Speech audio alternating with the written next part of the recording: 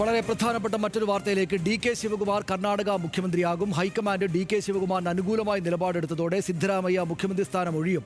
അടുത്തയാഴ്ചയായിരിക്കും ശിവകുമാറിന്റെ സത്യപ്രതിജ്ഞ. നിലവിൽ സിദ്ധരാമയ്യ മന്ത്രിസഭയിൽ ഉപമുഖ്യമന്ത്രിയും PCC അധ്യക്ഷനുമാണ് ഡി.കെ. ശിവകുമാർ. വിവരങ്ങളുമായി ER രാഗേഷ് ചേരുന്നു. രാഗേഷ്, ഇത് കുറെ കാലമായിട്ടുള്ള പ്രശ്നമാണ്.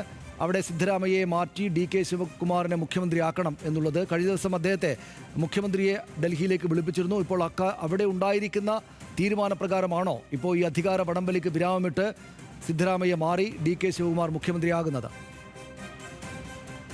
അതെ സനീഷ്, ഡൽഹി ചർച്ചയിൽ തന്നെയാണ് തീരുമാനം. കാരണം ഇത്രയും നാൾ സിദ്ധരാമയ്യെ മാറ്റണമെന്നൊരു ആവശ്യം ആദ്യം മുതൽ തന്നെ ഡി.കെ. ശിവകുമാർ ക്യാമ്പ് ഉന്നയിച്ചിരുന്നതാണ്. കാരണം 2.5 വർഷത്തെ ഫോർമുല ഉണ്ടായിരുന്നു എന്നാണ് ആദ്യം മുതൽ ഡി.കെ. ശിവകുമാർ ക്യാമ്പ് അവകാശപ്പെട്ടിരുന്നത്. ആ ഫോർമുല കഴിഞ്ഞ നവംബർ മാസത്തിൽ അവസാനിച്ചിരുന്നു.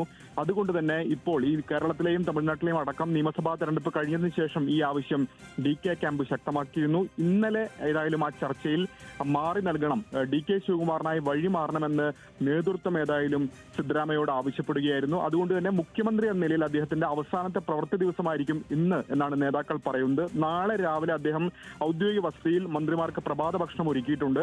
അതിനുശേഷം ഗവർണറുമായി കൂടിക്കാഴ്ച നടത്തി രാജി സമർപ്പിക്കുമെന്നാണ് അറിയുന്നത്. അങ്ങനെയെങ്കിൽ അടുത്ത ആഴ്ച മുഖ്യമന്ത്രിയായി ഡി.കെ. ശിവകുമാർ ഏതായാലും കർണാടകത്തിന്റെ പുതിയ മുഖ്യമന്ത്രിയായി അധികാരമേൽക്കും. പക്ഷേ ചില നിർദ്ദേശങ്ങൾ ഏതായാലും സിദ്ധരാമയ്യ ക്യാമ്പ് മുന്നോട്ട് വെക്കുന്നുണ്ട്. കാരണം നിലവിൽ PCC അധ്യക്ഷനാണ് ഡി.കെ. ശിവകുമാർ. അതുകൊണ്ട് തന്നെ തന്നെ അനുകൂലിക്കുന്നവരെ PCC അധ്യക്ഷനാക്കണം. ഒപ്പം 2 or 3 ഉപമുഖ്യമന്ത്രി സ്ഥാനം എന്ന ആവശ്യം കൂടി ഇപ്പോൾ സിദ്ധരാമയ്യ ക്യാമ്പ് മുന്നോട്ട് വെക്കുന്നുണ്ട്. നിലവിൽ സിദ്ധരാമയ്യയുടെ വിശ്വസ്തനായ സതീഷ് ജാർക്കിഹോളിയാണ് PCC അധ്യക്ഷ സ്ഥാനത്തേക്ക് അദ്ദേഹം മുന്നോട്ട് വെക്കുന്നത്. ഒപ്പം 2 or 3 ഉപമുഖ്യമന്ത്രി സ്ഥാനം എന്ന ആവശ്യം ഒരുപക്ഷെ ഡി.കെ. ശിവകുമാർ അംഗീകരിക്കാൻ സാധ്യതയില്ല. ഏതായാലും അക്കാര്യങ്ങളിൽ വിശദമായ ചർച്ച നടക്കേണ്ടതുണ്ട്.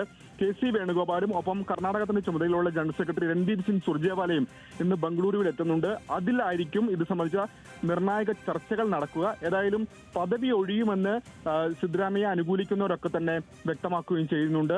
ഡൽഹിയിലാണ് നിലവിൽ ഡി.കെ. ശിവകുമാർ ഉള്ളത്. ഇന്ന് രാവിലെ അദ്ദേഹം ബംഗളൂരുവിലേക്ക് മടങ്ങേണ്ടതായിരുന്നു. പക്ഷേ അദ്ദേഹത്തിന്റെ ഷെഡ്യൂളിൽ ഇപ്പോൾ മാറ്റം വരുത്തുകയും ഇന്ന് ഡൽഹിയിൽ തുടരും. നാളെ പുലർച്ചെയായിരിക്കും ബംഗളൂരുവിലേക്ക് മടങ്ങുക എന്ന വിവരങ്ങൾ കൂടി ഇപ്പോൾ ലഭ്യമാകുന്നുണ്ട്. സനീഷ്, ശരി, നന്ദി. ER രാഗേഷ് വിവരങ്ങൾക്ക്. ഡി.കെ. ശിവകുമാർ കർണാടക മുഖ്യമന്ത്രിയാകും. സിദ്ധരാമയ്യ ഒഴിയാൻ സമ്മതിച്ചിരിക്കുന്നു. ഇതാണ് ഇപ്പോൾ ലഭിക്കുന്ന വിവരങ്ങൾ.